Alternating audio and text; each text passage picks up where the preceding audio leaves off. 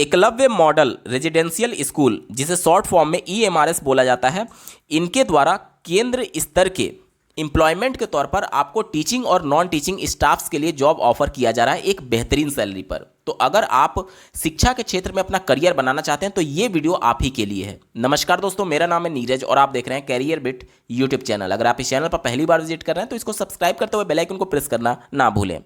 सबसे पहले बात कर लेते हैं कि किन किन पोस्ट के लिए वैकेंसी निकाली गई है और सैलरी कितनी है, तभी आप मोटिवेट होंगे। पहले बात करेंगे प्रिंसिपल के बारे में। तो इनका जो सैलरी का लेवल होगा वो 12 होगा और इनकी सैलरी का जो बैंड होगा वो 78,800 से लेकर के 2,09,200 के बीच में होगा। इसके बाद से दूसरी वैकेंसी है पोस्ट ग्रेजुएट टीचर की, जिसे आप PGT के नाम से जानते हैं, और इतने सब्जेक्ट के लिए PGT की वैकेंसी निकाली गई है। English, Hindi, physics, chemistry, mathematics, economics, biology, इसके अलावा history, geography, commerce, third language और कंप्यूटर साइंस, इतने सब्जेक्ट के PGT के पोस्ट हैं। और इनका जो पे बैंड होगा वो लेवल 8 का होगा और इनकी सैलरी जो होगी वो 47,600 से लेकर के 1,51,100 के बीच में होगी। तीसरा जो पोस्ट है वो अकाउंटेंट का है, जिसके लिए सैलरी का लेवल 6ठा रहेगा और इनके लिए सैलरी जो होगी उनका पे बैंड होगा वो 35,400 से लेकर के 1,12,400 के बीच में।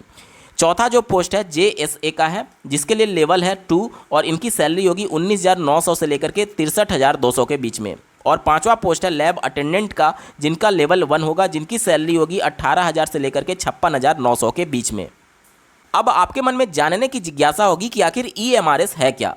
तो भारत सरकार के अंतर्गत आने वाली ministry of tribal affairs, government of India के अंतर्गत एक ऑटोनोमस ऑर्गेनाइजेशन के तौर पर ये काम करती है। ऑटोनोमस ऑर्गेनाइजेशन यानी कि एक स्वायत्त संस्था है जो कि मिनिस्ट्री ऑफ ट्राइबल अफेयर्स के द्वारा डेवलप की गई है। ठीक है, तो आप समझ सकते हैं कि केंद्र सरकार के अंतर्गत ये विद्यालय रन किए जा रहे हैं एक स्वायत्त संस्था के माध्यम से। यानी ये जो भर्ती है वो पूरी तरीके से केंद्रीय स्तर की है। जिस प्रकार से KVS की भर्ती होती है केंद्र स्तर की भर्ती, उसी प्रकार से ये भी एकलव्य वाली भर्ती भी केंद्र स्तर की भर्ती है, यानी केंद्रीय कर्मचारी आप माने जाएंगे, केंद्र सरकार के कर्मचारी माने जाएंगे।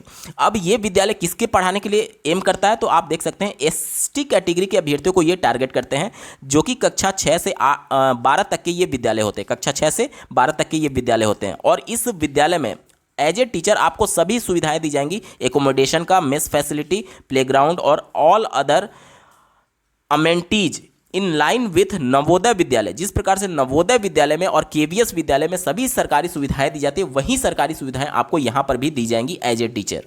इतनी अच्छी सैलरी और केंद्रीय स्तर के कर्मचारी होने के बावजूद भी आपको जान करके आश्चर्य होगा कि PGT पोस्ट के लिए कोई भी इंटरव्यू नहीं रखा गया है।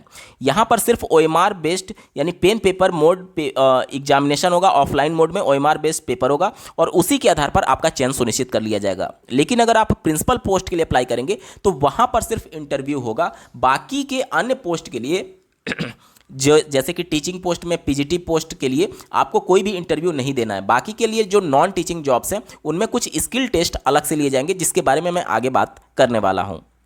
इसके अलावा अगर पेपर के मोड की बात करें तो यहां पर बाइलिंगुअल पेपर होगा, हिंदी और इंग्लिश दोनों में आपको पेपर देखने को मिलेगा। अब बात कर लेते हैं कि टोटल वैकेंसी कितनी है। तो प्रिंसिपल पोस्ट के लिए 303 वैकेंसी है।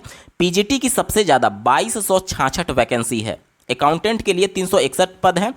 जूनियर सेक्रेटरीट असिस्टेंट के लिए 759 पद हैं। लैब अटेंडेंट के लिए 373 और टोटल मिलाकर के 4,062 पद हैं।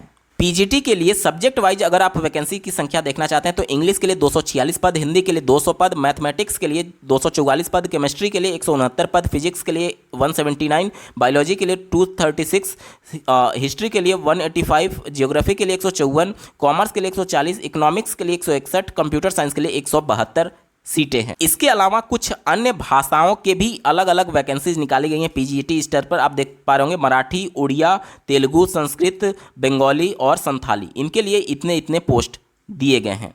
प्रिंसिपल के लिए सिलेक्शन होगा वो जो OMR बेस एग्जाम होगा उसका 80% और 20% उनके इंटरव्यू के मार्क्स को जोड़ करके फाइनल मेरिट बनाई जाएगी। ये प्रिंसिपल पोस्ट के लिए होगा। इंटरव्यू केवल प्रिंसिपल पोस्ट के लिए है, बाकी नॉन टीचिंग और टीचिंग पोस्ट के लिए कोई भी इंटरव्यू नहीं होगा। ठीक है, PGT की बात करें तो इनका जो फाइनल सिलेक्शन होना है वो सिर्फ और सिर्फ OMR बेस्ड टेस्ट पर जो उनके मार्क्स होंगे उसके आधार पर सिलेक्शन होना है। अब अगर एग्जामिनेशन पैटर्न की बात कर लें तो प्रिंसिपल पोस्ट के लिए आप देख सकते हैं 130 नंबर का आपका पेपर पूछा जाएगा और 20 नंबर का आपका लैंग्वेज कॉम्पिटेंसी से प्रश्न पूछे जाएंगे। अब ये अलग अलग नहीं होगा बल्कि एक ही पेपर में होगा, ध्यान से देखिएगा। यहाँ पर देखिए रीजनिंग और न्यूमेरिकल एबिलिटी के 10 प्रश्न पूछे जाएंगे, प्रत्येक प्रश्न 1 अंक का होगा। जनरल अवेयरनेस से 20 अंक के प्रश्न पूछे जाएंगे। लैंग्वेज कॉम्पिटेंसी, यही लैंग्वेज कॉम्पिटेंसी यहाँ पर 20 अंक दिया गया, जो कि यहाँ पर 20 अंक मेंशन किया गया है। इसके अलावा एकेडमिक और रेजिडेंशियल एस्पेक्ट से 50 प्रश्न पूछे जाएंगे और एडमिनिस्ट्रेशन एंड फाइनेंस से 50, टोटल आपके 150 प्रश्न पूछे जाएंगे और इन 150 प्रश्नों को सॉल्व करने के लिए आपको 3 घंटे का समय दिया गया है। इसी प्रकार से अगर पीजीटी पोस्ट के लिए बात कर ले तो 130 नंबर के इनके पेपर होंगे और लैंग्वेज कॉम्पिटेंसी से 20 प्रश्न पूछे जाएंगे। तो देखिए जनरल अवेयरनेस के 10 प्रश्न, रीजनिंग एबिलिटी के 20 प्रश्न, नॉलेज ऑफ आईसीटी यानी कि इंफॉर्मेशन एंड कम्युनिकेशन टेक्नोलॉजी से कुल 10 प्रश्न, टीचिंग एप्टीट्यूड से 10 प्रश्न। इसके अलावा डोमेन लैंग्वेज में सब्जेक्ट स्पेसिफिक की बात की जा रही है, यानी जिस भी सब्जेक्ट के लिए आप अप्लाई करेंगे उससे रिलेटेड 70 प्रश्न पूछे जाएंगे। इसके अलावा पेडागोजी और स्टडी बेस्ड क्वेश्चन से 5 अंक के प्रश्न पूछे जाएंगे और एनईपी यानी नेशनल एजुकेशन पॉलिसी से 5 अंक के प्रश्न पूछे जाएंगे। ठीक है, यहाँ तक क्लियर। इसके अलावा ये देखिए टोटल हो गया आपका 130 नंबर का और लैंग्वेज कॉम्पिटेंसी टेस्ट में आपका जनरल इंग्लिश और जनरल हिंदी के 10 प्रश्न पूछे जाएंगे। तो यहाँ पर देख सकते हैं आप 20 अंक के यहाँ पर प्रश्न पूछे जाएंगे।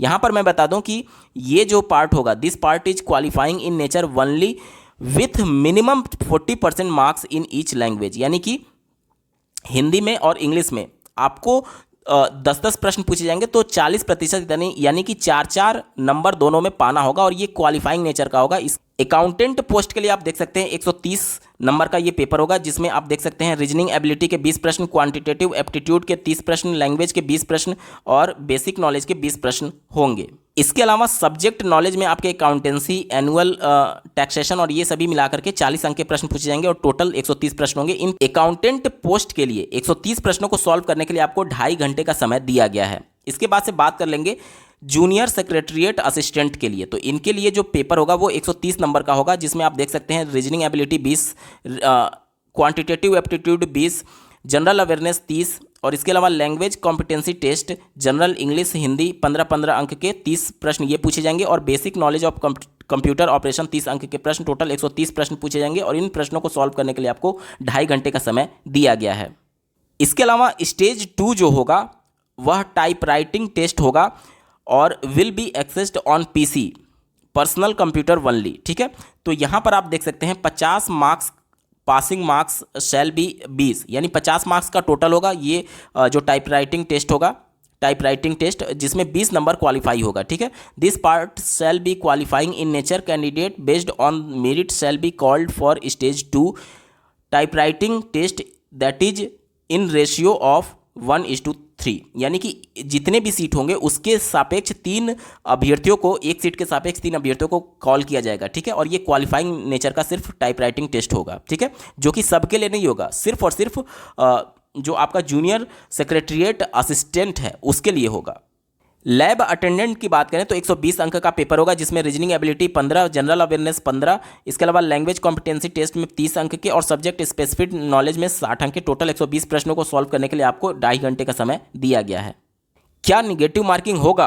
तो बिल्कुल होगा। यहाँ पर आप देख सकते हैं 1 mark shall be awarded for every correct answer and 0.25 यानी कि 1/4 shall be deducted for every incorrect answer, यानी कि 1/4 निगेटिव मार्किंग यहाँ पर रखा गया है।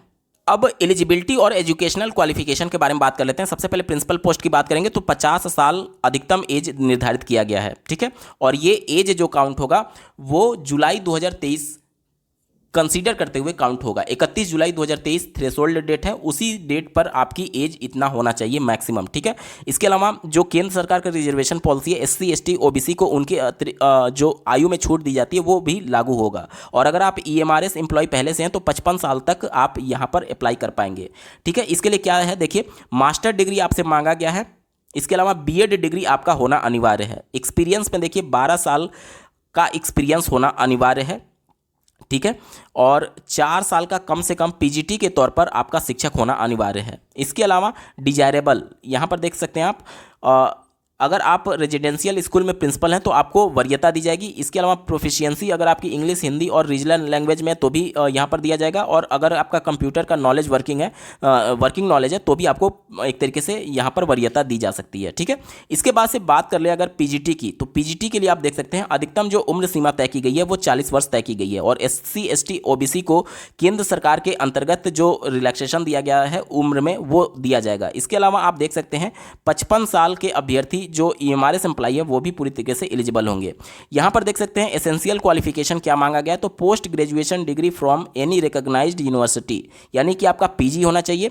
और यहाँ पर देख सकते हैं सब्जेक्ट वाइज, जैसे पीजीटी इंग्लिश के लिए आप अप्लाई करना चाहते हैं तो मास्टर डिग्री आपकी इंग्लिश में होगी, हिंदी के लिए अप्लाई करना चाहते हैं तो हिंदी में मास्टर डिग्री होगी, फिजिक्स के लिए अप्लाई करना चाहते हैं फिजिक्स में चाहिए, केमिस्ट्री, मैथमेटिक्स, इसी प्रकार से आप सबको देख सकते हैं। बायोलॉजी के लिए आप बॉटनी, जूलॉजी और बायोलॉजी में से किसी में भी मास्टर डिग्री अगर आपकी है तो आप आवेदन कर सकते हैं। हिस्ट्री के लिए देख सकते हैं हिस्ट्री में चाहिए, जियोग्राफी के लिए जियोग्राफी में चाहिए, कॉमर्स के लिए आप देख सकते हैं इसमें से आपका मास्टर डिग्री मांगा गया है। और इसी प्रकार से इकोनॉमिक्स के लिए और इसी प्रकार से रीजनल लैंग्वेज के लिए उस पर्टिकुलर लैंग्वेज में आपका मास्टर डिग्री होना अनिवार्य है। यहां तक क्लियर हो गया। इसके बाद से देखिए बीएड भी मांगा गया, देखिए बीएड डिग्री मांगा गया है पीजीटी पोस्ट के लिए। और अगर आपका 4 साल का इंटीग्रेटेड कोर्स है तो उस कंडीशन में आपका बीएड नहीं मांगा गया। ठीक है, यहां तक क्लियर हो गया।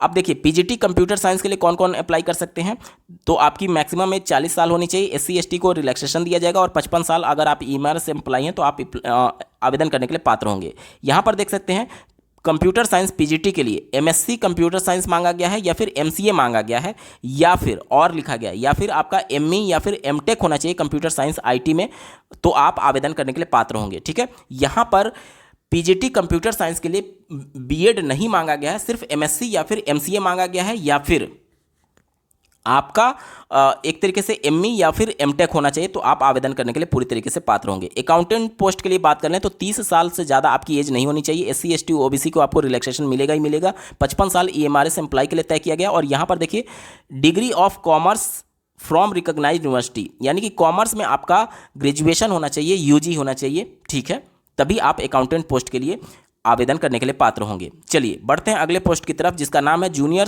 Secretariat assistant. तो इसके लिए जो एज लिमिट तय की गई है मैक्सिमम 30 साल होनी चाहिए, SC ST को रिलैक्सेशन मिलेगा और 55 साल जो EMRS एम्प्लॉई हैं उनके लिए है। यहाँ पर देखिए सिर्फ अगर आप इंटरमीडिएट हैं, सीनियर सेकेंडरी इंटरमीडिएट हैं आप, तो आप इसके लिए आवेदन करने के लिए पूरी तरीके से पात्र होंगे। लेकिन यहाँ पर आपका 35 वर्ड पर मिनट इन इंग्लिश टाइपिंग और 30 वर्ड पर मिनट इन हिंदी टाइपिंग मांगा गया है। ठीक है, तो जूनियर सेक्रेटरीट असिस्टेंट के लिए इंटरमीडिएट केवल मांगा गया है और आपकी टाइपिंग इंग्लिश में 35 और हिंदी में 30 वर्ड पर मिनट होना चाहिए। ठीक है, यहाँ तक क्लियर हो गया। लैब अटेंडेंट की बात करें तो 30 साल इनके लिए मैक्सिमम एज है और SC ST OBC को रिलैक्सेशन मिलेगा ही मिलेगा।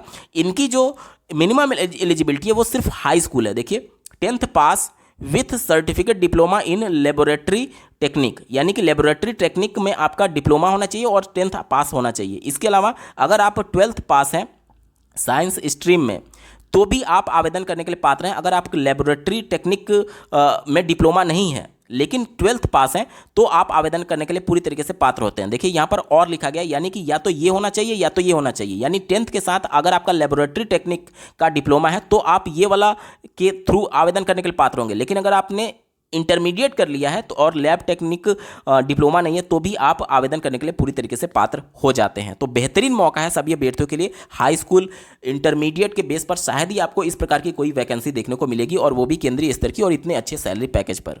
अब कैटेगरी के हिसाब से आपको एज में कितना रिलैक्सेशन मिलेगा तो यहाँ पर आप देख सकते हैं SC ST के लिए 5 साल, OBC नॉन क्रीमी लेयर के लिए 3 साल। इसके अलावा आप देख सकते हैं अगर आप सेंट्रल गवर्नमेंट में कम से कम 3 साल लगातार सर्विस दे चुके हैं तो आपको 5 साल का रिलैक्सेशन मिलेगा। और इसी प्रकार से आप यहाँ पर अलग अलग देख सकते हैं पर्सन विथ डिसेबिलिटी के लिए जो एज रिलैक्सेशन है कैटेगरी वाइज वो और ज़्यादा आपको दिया जाएगा। तो इस प्रकार से आप चीज़ों को देख सकते हैं। अब अगर बात करें कि आपका एग्जामिनेशन कहाँ पड़ेगा तो यहाँ पर आप देख सकते हैं प्रत्येक UT और जो स्टेट हैं उनके मैक्सिमम राजधानी में ये डिसाइड किया गया। देखिए बिहार का पटना में दिया गया है, इसी प्रकार से चंडीगढ़ का चंडीगढ़ में, छत्तीसगढ़ का देखिए रायपुर में, इसी प्रकार से गोवा का देखिए पणजी में, दिल्ली का न्यू दिल्ली में दिया गया है। तो इस प्रकार से लगभग सभी राज्यों के जो राजधानियाँ हैं वहाँ पर आपके ये एग्जामिनेशन होंगे। जैसे कि उत्तर प्रदेश की अगर हम लोग बात करें तो उत्तर प्रदेश की राजधानी लखनऊ में आपका ये एग्जामिनेशन सेंटर तय किया गया है।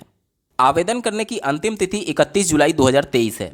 और अगर फीस की बात कर लें तो प्रिंसिपल पोस्ट के लिए 2,000 रुपये फीस निर्धारित किया गया है, पीजीटी के लिए 1,500 रुपये और नॉन टीचिंग स्टाफ के लिए 1,000 रुपये फीस निर्धारित किया गया है। बाकी जो डिटेल्ड सिलेबस है वो इनकी वेबसाइट पर बाद में जारी किया जाएगा, आप इनकी ऑफिशियल वेबसाइट को देखते रहिए, ठीक है। और अन्य सभी जानकारियाँ आपको इनकी ऑफिशियल वेबसाइट से ही मिलेंगी। तो अगर आप कहेंगे तो मैं एक ऑनलाइन एप्लीकेशन के माध्यम से आपको दिखा दूंगा कि किस प्रकार से आपको आवेदन करना है, अगर आप इंटरेस्टेड हैं तो। आपको ये वीडियो कैसा लगा कमेंट के माध्यम से जरूर बताइएगा। ऐसे ही महत्वपूर्ण अपडेट के लिए इस चैनल को सब्सक्राइब करना ना भूलें। इस वीडियो को देखने के लिए आपका बहुत बहुत धन्यवाद। भगवान करे आपका दिन शुभ हो।